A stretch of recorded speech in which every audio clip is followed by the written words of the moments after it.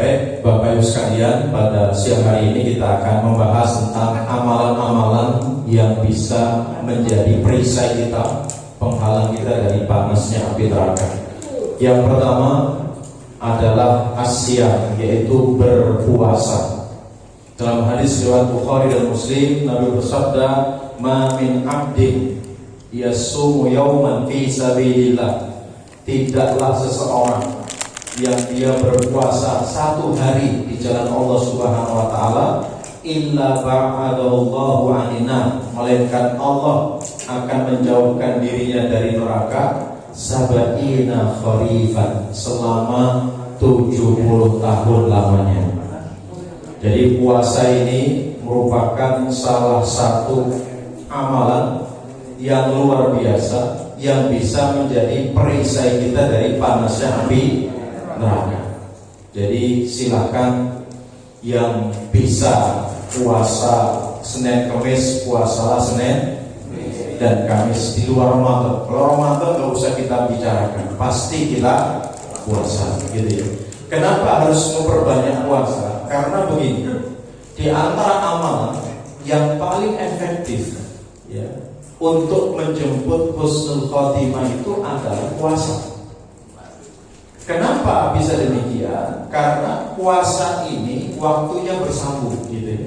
Sampai Nabi mengatakan, "Man shoma yauman ibtigha'a wajhillah khutima lahu biha dakhala jannah." Barang siapa yang dia berpuasa hanya berharap pahala dari Allah saja, dan Allah wafatkan dirinya dalam keadaan berpuasa, maka dia akan masuk surga. Coba, waktunya itu panjang, Pak. Dari terbit fajar sampai tenggelam matahari.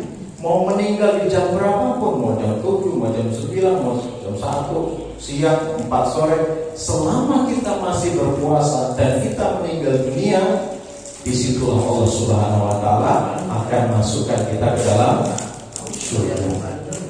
Berbeda dengan sholat. Kalau sholat itu kan terputus-putus. Sholat subuh kita berhenti, megang HP nggak setelah itu. Nah, nanti baru sholat duha. Setelah sholat duha, apakah sholat terus? Kan nggak juga, Pak. Ya, beraktivitas lah. Baru sholat nanti zuhur. Terputus-putus. Tapi kalau kita berpuasa itu satu hari pun, dan di hari itu misalnya Allah wafatkan kita, insya Allah kita masuk surga. Dan memang Bapak Ibu sekalian, kalau kita berbicara calon penghuni surga itu kan sebenarnya sudah Allah tetapkan 50.000 tahun sebelum diciptakan langit dan bumi. Siapa saja yang masuk surga, siapa saja yang masuk neraka, itu sudah ada ketetapannya. Kira-kira bapak-bapak di sini merasa yakin masuk surga atau masuk neraka? Kok pada langsung bengong gitu? Enggak masuk di sini. Jadi begini, Pak. Mendengar penjelasan ini kan para sahabat langsung bertanya dong. Mereka juga kritis, gitu kan? Ya Rasulullah, jika ketetapan surga dan neraka siapa yang akan masuk ke dalam itu sudah ada, afala nattakilu ala kitabina wa nadamul amal? Kenapa kita nggak tawakal saja sama takdir kita dan kita nggak usah beramal soleh? Benar apa tidak? Pertanyaan ini. Tuh benar. Loh, kalau sudah ketetapan sudah ada. Maksudnya kalau mungkin pertanyaan kita di depan Nabi, kalau kita yang nanya mungkin Pak ya, dengan bahasa kita, ya Rasulullah, nggak usah jadi orang baik banget lah. Kalau jatahnya neraka juga nanti neraka gitu.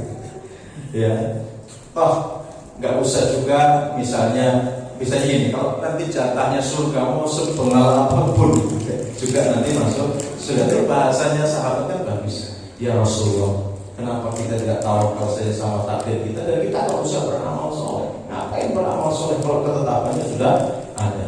Nah, saat itu justru Nabi menjawab, "I'malu fa kullun muyassarun lima khuliqa."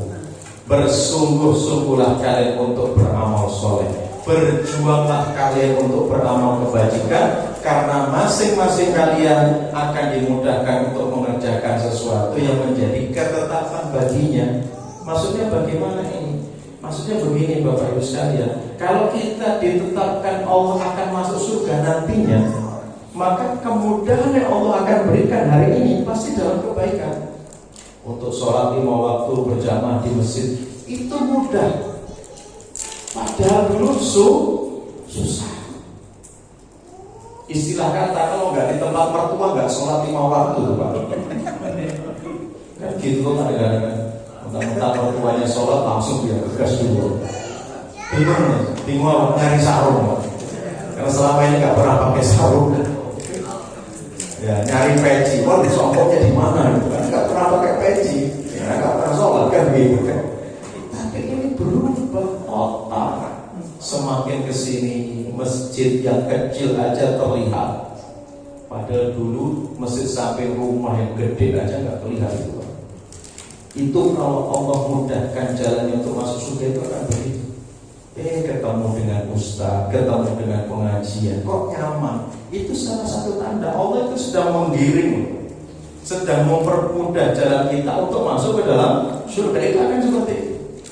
Tapi sebaliknya, tanda-tanda orang yang akan masuk neraka itu ya sebaliknya. Untuk berbuat kebaikan kok kayaknya dihalangi terus gitu. Untuk sholat jamaah di masjid ada aja alasan, malah mencari-cari dalil. Ustaz, kalau di masjid itu saya nggak khusyuk. Kalau di rumah saya itu lebih khusyuk. Itu kan alasan ini, Pak. Ustaz, kalau di masjid itu pahalanya sedikit, orang saya jadi makmum. Kalau di rumah kan saya jadi imam, pahalanya lebih banyak. Kata siapa? Enggak apa, tetap di masjid lebih banyak pahalanya, Pak, kan begitu kan. Nah, artinya orang-orang yang akan direncanakan akan masuk neraka akan dimudahkan jalannya gitu kan. Termasuk misalnya Bapak Ibu sekalian, ketika dihadapkan dengan sesuatu yang diharamkan Allah, calon penghuni surga pasti Allah akan jaga, pasti Allah akan lindungi. Maka kalau bisa sukseskan sholat subuh berjamaah di masjid. Ada apa dengan sholat subuh? Nabi bersabda, man shalla subha fahuwa fi dhimmatillah. Barang siapa yang mampu sholat subuh berjamaah di masjid, maka dia dalam jaminan Allah Subhanahu wa ta'ala. Luar biasa. Kurang apa coba kalau kita itu sudah dalam jaminan dan perlindungan Allah Subhanahu wa ta'ala. Apalagi mampu sholat 40 hari berjamaah di masjid, dapat takbir pertama imam. Ada yang sudah pernah? Nabi bersabda, man sholat fi jama'atin, barang siapa yang pernah sholat berjamaah, ya, arba'ina yauman, selama 40 hari. 40 hari kali 5 berarti berapa sholat? 200 kali sholat kan. Yudriku takbiratul ula, dan dia bisa mendapatkan takbir pertamanya imam selama 40 hari itu. Ya, maka kutibalah barakatan, maka akan ditetapkan baginya 2 pembebasan. Pertama, bara'atu minan nar, dia akan terbebas dari neraka. Yang kedua, bara'atu minan nifaq, dan dia akan terbebas dari kemunafikan. Sepertinya Ustaz kalau belum pensiun belum bisa. Coba kita lihat kalau sudah pensiun bisa nggak? 40 hari berjamaah di masjid, dapat takbir pertama imam terus. Yang ada sekarang bagaimana, Pak? Senantiasa di belakang imam atau malah hampir di depan imam? Jadi kalau kita ini kalau bisa sholat itu nggak lihat pundak orang lagi gitu ya. Berarti kan kita di shoful awal, dan kalau bisa dapat takbir yang pertama terus. Itu selama 40 hari ya. Baik. Itu amalan puasa, dan kita sebentar lagi juga akan melaksanakan puasa Ramadan. Dan jelas ini merupakan suatu amalan yang istimewa, sampai-sampai Nabi mengatakan setiap amalan anak Adam itu untuk dirinya, kata Allah. Illa siyam, kecuali puasa. Amalannya itu untukku, kata Allah, dan saya nanti langsung memberikan pahalanya. Itu keistimewaan puasa. Maka silakan yang bisa puasa di luar Ramadan Senin Kamis itu diamalkan, berharap meninggalnya hari Senin hari Kamis.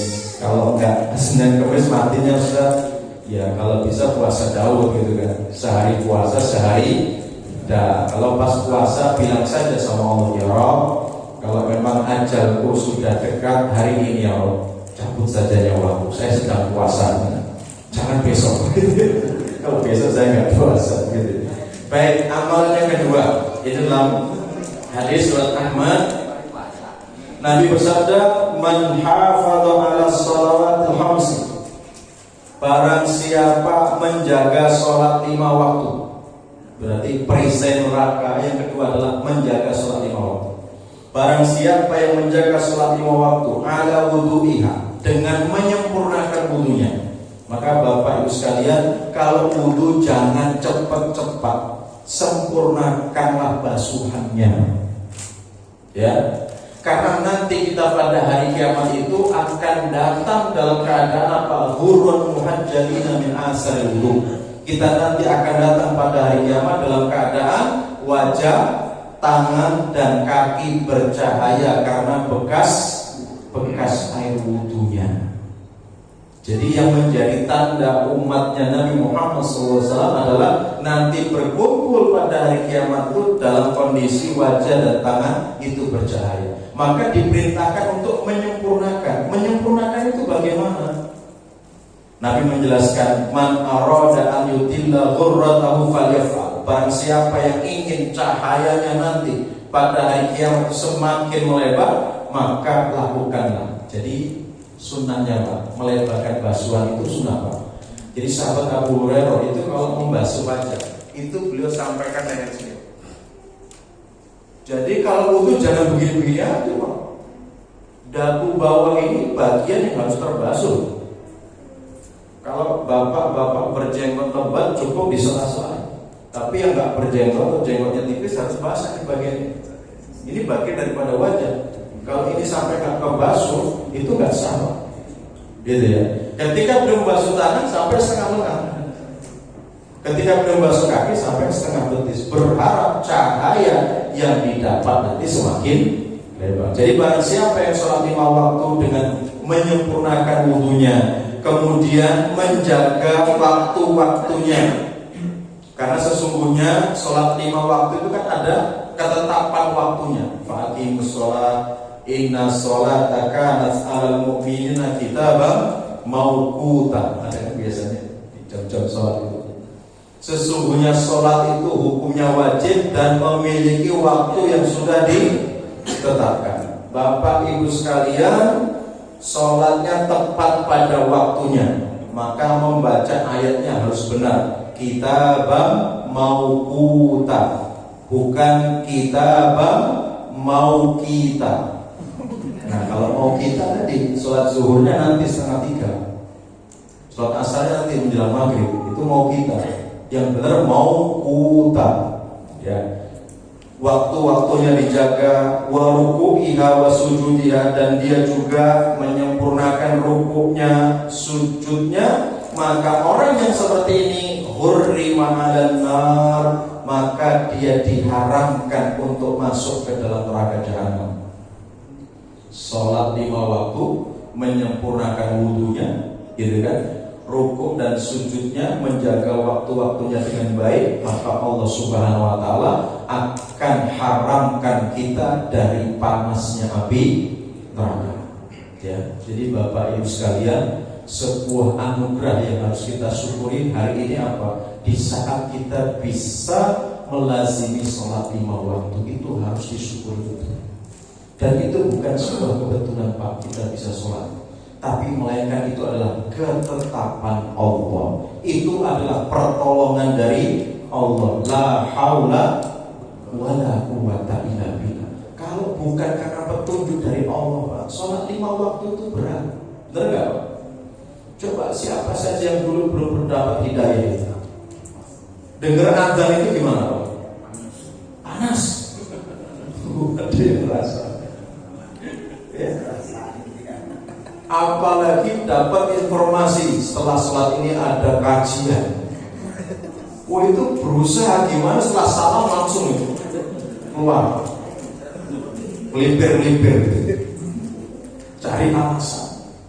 Kalau toh dia duduk di majelis 10 menit itu kayak pantatnya ditusukin jarum.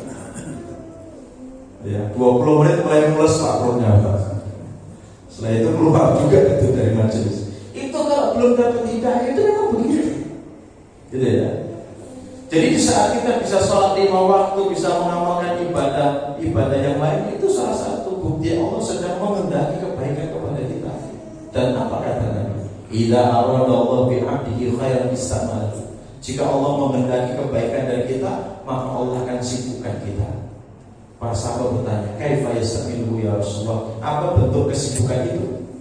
Nabi menjawab, yuwaffiquhu li amalin shalihin qabla mautih. Allah akan memberikan taufik hidayah kepada orang tersebut untuk sibuk mengerjakan amal soleh sebelum meninggal dunia. Jadi kalau semakin kesini Pak, berubah betul hidup kita ini Pak. Biasanya ngomongin janda, nenek-nenek, itu nggak pernah lagi ngomongin. Sekarang pokoknya ingatnya akhirat, gimana ya Allah nanti kalau dimasukin neraka, gimana. Jadi pembicaraan itu seperti itu. Kalau konsultasi sama Ustaz, saya dulu pernah zina, Ustaz nangis, saya itu pernah ini, Ustaz nangis. Nah orang-orang begini nih, insya Allah ini. Akhir kehidupannya akan ditutup dengan kebaikan, insya Allah. Begitu ya. Jadi kalau kita itu calon penghuni surga, pokoknya akhir-akhirnya. Dan Nabi sudah ingatkan, innamal a'malu bil khawatim. Sesungguhnya suatu amalan itu yang paling menentukan itu adalah akhirnya, penutupnya, gitu ya. Maka jangan sampai penutupnya kita ini masih dalam kemaksiatan, gitu. Seperti seorang kakek-kakek di Boyolali, nggak punya istri, minum obat kuat Pak. Kemana kira-kira Pak? Nauzubillah, ke tempat wanita penghibur begitu. Sudah begitu, nggak lama dari itu kejang-kejang mati di kamar perempuan itu. Itu namanya meninggal Allah kehendaki dalam keburukan. Maka doa kita kepada Allah, pertama, Allahumma inni as'aluka husnal khatimah. Ya Allah, saya memohon kepadamu akhir kehidupan yang baik. Meninggalnya pas sholat, meninggalnya pas sedekah, meninggalnya dalam keadaan tilawatul Quran. Ini jangan sampai meninggalnya pas bawa selingkuhan, masuk tol, nabrak pantat musuh, mati.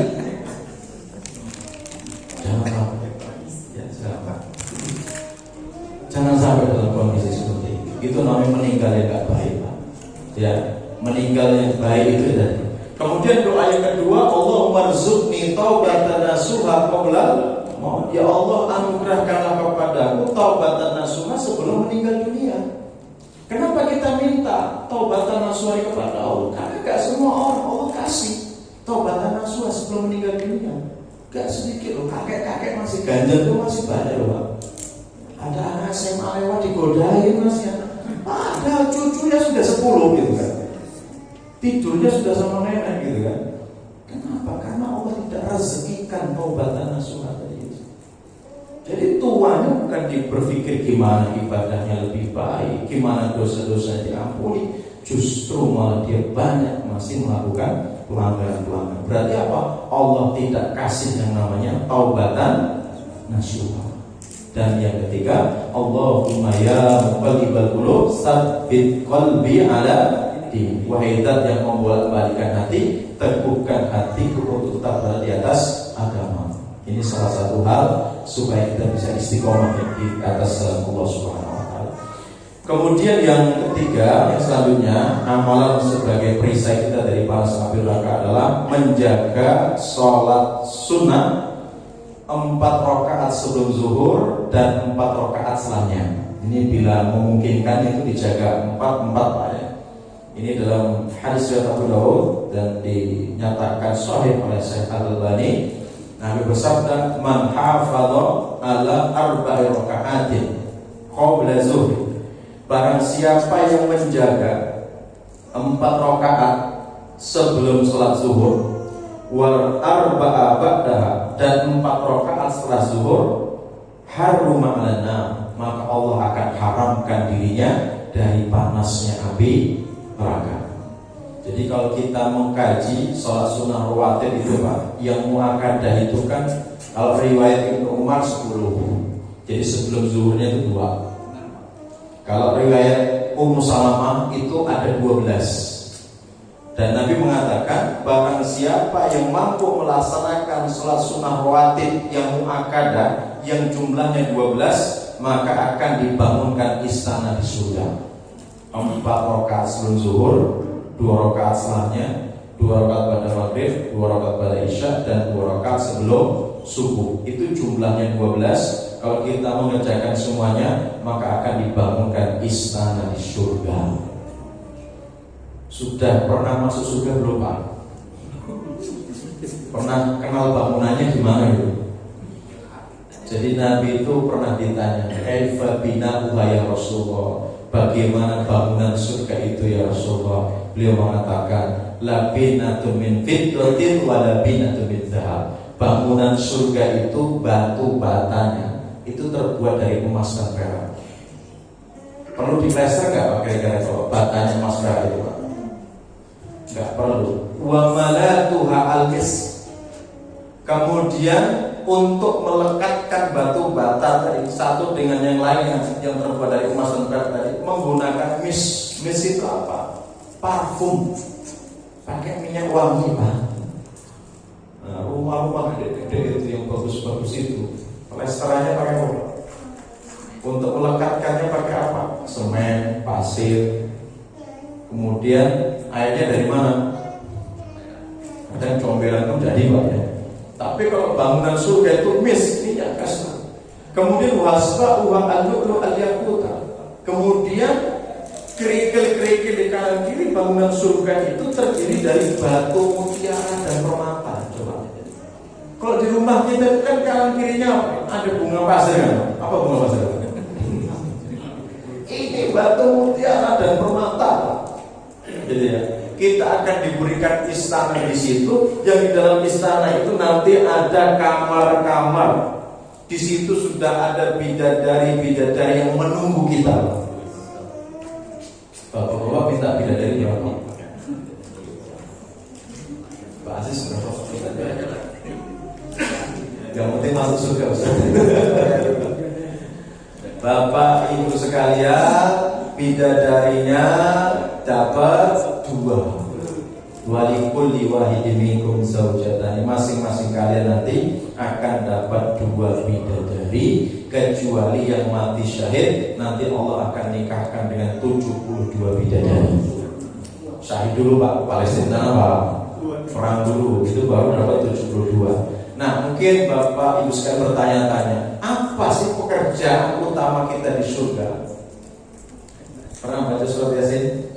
Di situ ada ayat inna ashabal jannatil yawma fi suhulin fakihun. Sesungguhnya para penghuni surga itu berada dalam kesibukan yang menyenangkan. Kesibukannya apa?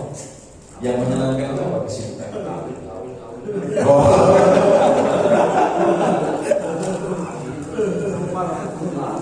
Tapi benar loh Pak jawaban itu. Memang begitu. Jadi para penghuni surga itu sibuk dengan istri-istri di kamar memang. Makanya kalau mau dapat bidadari, mau dapat kesenangan yang tiada batas itu Pak, bahkan nggak loyo itu Pak, tambah sekarang. Jaga di dunia Pak. Kata Nabi, man li baina lihyaihi, barang siapa yang menjaga sesuatu yang ada di 2 janggutnya, berarti apa? Mulutnya, dan menjaga yang ada di antara 2 pahanya, berarti apa? Kemaluannya. Atman lahul jannah, saya akan jamin dirinya untuk masuk ke dalam surga. Gitu ya. Jadi kalau mau sama bidadari terus-terusan Pak di kamar Pak, apa kuat Ustaz? Ada hadisnya. Seseorang penghuni surga itu nanti Allah akan berikan berapa? 100 kali kekuatan manusia di dunia. Nah, jadi nggak usah pakai obat apa. Oke. Terakhir, waktu kita terbatas, yaitu berlindung kepada Allah dari siksa neraka. Kalau bisa ini diamalkan, kita baca sebanyak 3 kali. Nabi bersabda, "Wa man istajara minan nar salasa marat." Barang siapa yang berlindung kepada Allah dari neraka sebanyak 3 kali, maka neraka akan berdoa, "Allahumma ajirhu minan nar." Ya Allah, lindungilah dirinya dari neraka. Jadi doanya begini Pak, "Allahumma ajirni minan nar." Ayo bareng-bareng. Nah itu dibaca 3 kali. Pokoknya pas setiap kali doa silakan, Allahumma ajirni minan nar, Allahumma ajirni minan nar, Allahumma ajirni minan nar. Di saat kita berdoa seperti itu, berlindung kepada Allah dari neraka itu, maka neraka langsung berkata, "Ya Allah, ajirhu minan nar." Lindungi orang tersebut dari neraka. Jadi kan mudah kan, sering imam sholat 5 waktu kan sering baca itu kan. Nah kemudian kalau bisa disempurnakan dengan permohonan kita dengan surga. Doanya gimana? Allahumma adkhilnil jannah. Allahumma adkhilni al jannah. Ya Allah, masukkan aku ke dalam surga. Ternyata kalau kita meminta kepada Allah surga sebanyak 3 kali dengan tadi kalimat tadi, maka surga akan berkata, "Ya Allah, masukkan dirinya ke dalam surga." Demikian, mudah-mudahan bermanfaat. Saya ada waktu sedikit, mungkin kalau ada yang mau ditanyakan kami persilakan. Betul. Ya, silakan. Yang terkait dengan jihad tadi, ya. Janjinya Allah akan kasih bidadari. Ya. Apakah itu juga mesti ke Palestina? Oh, karena ada juga yang jihad amalan kita yang dinilai seperti jihad itu bagaimana? Baik. Bismillah, salatu wassalamu ala rasulillah. Jihad itu ada 2 macam Pak. Jihad yang pertama adalah jihad dunia wal akhirah. Ya, jihad yang akan melahirkan kesyahidan dunia dan akhirat. Ini hanya diperoleh bagi orang-orang yang berperang di jalan Allah. Maksudnya syahid di dunia dan akhirat itu maksudnya bagaimana? Di dunia dia sudah diperlakukan sebagaimana orang yang mati syahid. Apa itu diantaranya? Orang yang mati syahid di peperangan itu Pak, nggak boleh dimatikan. Yang kedua, tidak usah disolati. Memang nggak disolati, sudah dikubur di tempat dia meninggal dunia. Karena hakikatnya dirinya itu sudah masuk ke dalam surga. Itu orang yang mati syahid dalam peperangan. Jadi orang yang mati syahid di peperangan itu ketika dia syahid, itu langsung ya datang burung hijau yang diutus Allah ya, untuk mengambil ruhnya itu, kemudian diletakkan dalam temboloknya, langsung dibawa masuk surga. Maka tidak ada kematian yang instan bisa masuk surga kecuali mati syahid di jalan, tapi dalam peperangan ya. Dan itu tidak hanya di Palestina, mau di Suriah, macam-macam silahkan. Selama itu dalam rangka untuk menegakkan kalimat Allah Subhanahu Wa Taala. Nah, syahid selain perang ini banyak kata Nabi.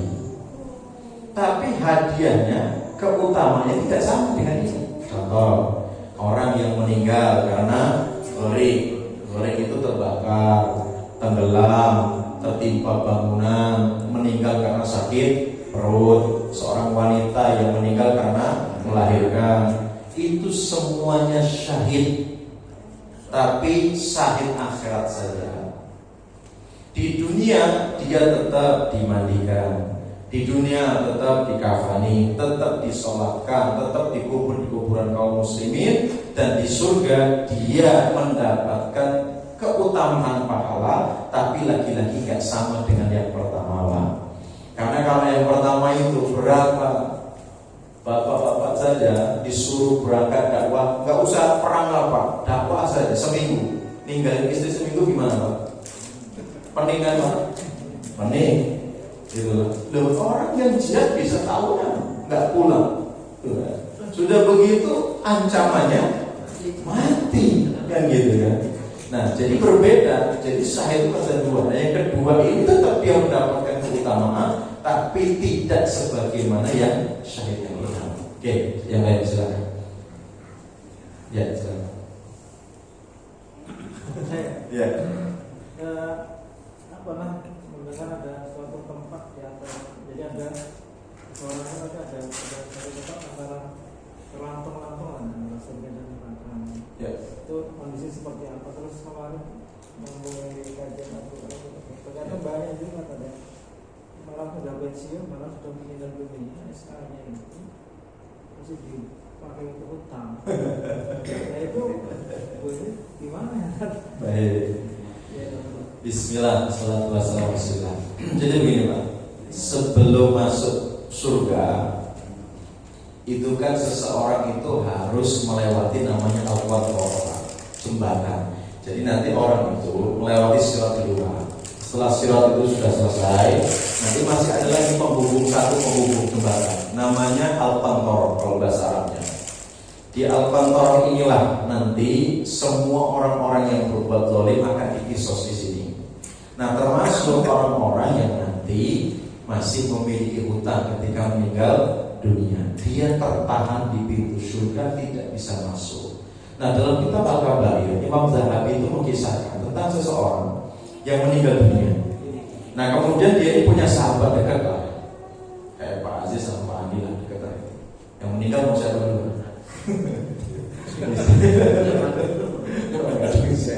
Misalnya Pak Aziz meninggal dunia, misalnya ya Pak. Pengen duluan nggak Pak? Yang penting masuk surga. Oh gitu. Nah, saat itu beliau tidur, ya, mimpi ketemu beliau. Nah, saat dikisahkannya begini, ditanya apa yang Allah berikan kepada engkau? Saat itu jawaban, Masya Allah telah memberikan kebaikan yang sangat banyak kepada saya. Tapi wahai saudaraku, saya hari ini tertahan, tidak bisa masuk surga karena saya pinjam jarum kepada tetangga saya dan saya belum sempat mengembalikannya. Tolong wahai saudaraku, datangi tetangga saya itu. Pertama cari dulu jarumnya, tanya ke keluargaku, ambil itu jarum, kembalikan kepada tetangga saya itu yang saya pinjam jarum itu. Nah setelah itu benar Pak, dia paginya langsung datang ke keluarganya, nyari itu jarum, ketemu jarum itu. Kemudian setelah itu langsung dibalikan kepada tetangganya itu. Pas malam berikutnya dia tidur bermimpi lagi, ketemu dengan saudara yang sudah meninggal itu. Saat itu dia sudah melihat saudaranya itu di taman-taman yang sangat indah, gitu kan. Saya ditanya, wahai saudaraku, kenapa kamu sudah berada di tempat yang indah itu? Bukankah kamu kemarin itu datang di itu surga? Barakallahu fikum. Semoga Allah memberkahi kamu. Setelah kamu balikkan jarum itu, saya diizinkan Allah masuk ke dalam surga. Inilah surga wahai saudaraku. Coba Pak, jarum Pak, harganya berapa? Ini dipinjam loh Pak, bukan dikorupsi loh Pak. Itu sudah menahan kita untuk masuk surga coba. Makanya yang sering safar bawalah dompet. Ini kan ada modus Pak, kalau orang diajak jalan itu pura-pura dompetnya nggak ke bawah. Pas cuma kopi sih nggak mahal-mahal, kopi sama paling cuma 10.000. Bayarin dulu sih, saya nggak bawa dompet. Ingat Pak, bayarin dulu itu hutang. Apalagi dulu yang SMA-nya naik bis, keneknya melewat belakang, antum lewat depan loncat. Itu Pak, diingat-ingat itu Pak. Dan itu dicatat sekarang ini, nggak selesai itu Pak. Kalau nggak antum lunas, antum datangi pemilik bisnya. Nah, kan, ribut kan? Berarti pernah ya. Termasuk yang dulu sekolah di kantin, duduk makan gorengan 5 bayar 1 itu. Darmaji 5 bayar 1. Itu Pak nggak akan selesai. Tobat antum nggak akan diterima sampai antum selesaikan dengan ibu kantin. Mati. Ibu kantinnya nggak ada lagi gimana. Antum total hitung-hitung berapa. Ingat harga gorengan sekarang bayarnya. Jangan dulu Pak, kalau dulu mah murah banget, gitu kan. Kalau sudah dicari nggak ada, siapkan uangnya senilai gorengan itu. Ya Rob, ini untuk membayar hutang kepada ibu kantin sudah saya cari kemana-mana nggak ada ya Rob. Ini saya siapkan, saya sedekahkan untuk masjid atas nama ibu kantin itu Pak paling tidak. Coba sekarang setelah pulang rumah nanti begitu. Kalau sehari tiga tahun sekolah di situ berapa kira-kira? Banyak saja. Pantes ibu kantinnya begitu terus. Itu dikorupsi ya. Jadi itulah gambarannya Pak ya. Jadi hati-hati ya. Kemudian apa tadi yang kedua terkait ya SK tadi ya. Kalau bahasa kita itu begini. Ya kalau kita sudah menginjak usia ya minimal Pak ya 55 tahun Pak ya. Kalau bisa ini sudah harus ngeren semuanya Pak. Kenapa? Ya kan banyak faktor sih kita sudah mulai ngeren. Anak-anak paling tidak sudah lulus kuliah minimal Pak usia segitu Pak. Ya, kecuali yang mungkin menikahnya agak terlambat lah ya. Mungkin 60 baru pada lulus. Nah maksud kita kalau memang sudah urusan yang pokok-pokok itu selesai, kalau bisa jangan maju lagi itu SK. Karena kita sedih dan sangat-sangat berbahaya kalau kita meninggal dan kita masih memiliki takut. Apalagi meninggal Pak itu belum lunas. Luka itu kan lunas secara aturan yang ada, tapi di mata Allah Pak itu tetap dianggap nggak lunas Pak. Karena ada hak orang lain yang kita ambil. Sebagaimana kita berbicara asuransi dalam Islam itu Pak, sebenarnya itu kan judi Pak. Sebenarnya kalau kita berbicara, maka boleh diusulkan kepada pengurus BPJS dan sebagainya. Apa usulannya? Bisa nggak sih diganti akadnya? Akadnya bukan pembayaran setiap bulan yang wajib itu Pak, jadinya tabarrukan. Jadi pembayaran bersifat sukarela. Tapi di Indonesia ini kalau dibuat sukarela agak pada bayar gitu. Sukarela itu misalnya pemerintah Indonesia, wahai rakyat Indonesia, kita ini akan menyelenggarakan apa misalnya BPJS, silakan berinfaklah sebulan, terserah berapa nominalnya, nanti kita akan alokasikan untuk yang sakit-sakit dan sebagainya. Nah kalau begitu bisa jalan Pak, itu sahih sebenarnya Pak. Tapi kalau sistemnya kayak yang sekarang ini, itu ujung-ujungnya ya gambling kan Pak ya, berspekulasi. Ada yang rugi, ada yang untung. Yang untung siapa? Baru itu sebulan sudah dapat, gitu kan? Itu sebenarnya secara hukum Islam seperti itu. Nah artinya di saat kita dikatakan lunas, menurut hitungan Allah itu tidak lunas. Dan kita sudah kisahkan kemarin ya, bagaimana seseorang yang punya hutang dan dia belum dilunasi sudah meninggal, ternyata kuburannya Pak panas Pak, sampai hutang itu dilunasi oleh Abu Qatadah saat itu kan seperti itu. Nah ini yang perlu kita jaga. Maka memang benar prinsip Nabi Pak ya. Nabi itu kaya tapi hidupnya sederhana. Nabi itu nggak banyak neko-neko. Kita inilah yang kebanyakan neko-neko. Hampir satu orang aja kadang punya 3, itu kan terlalu neko-neko. Hisabnya banyak itu Pak. Gitu ya. Tapi kalau untuk kebutuhan silakan ya. Itu seperti itu. Mungkin demikian. Mudah-mudahan bermanfaat. Langsung kita dulu atau penyampaian. Ya, mari kita tutup kajian kita dengan hamdalah dan doa kafaraah. Alhamdulillahirobbilalamin. Subhanallahumma wa bihamdika asyhadu an la ilaha illa anta astaghfiruka wa atubu ilaik. Wassalamualaikum warahmatullahi wabarakatuh.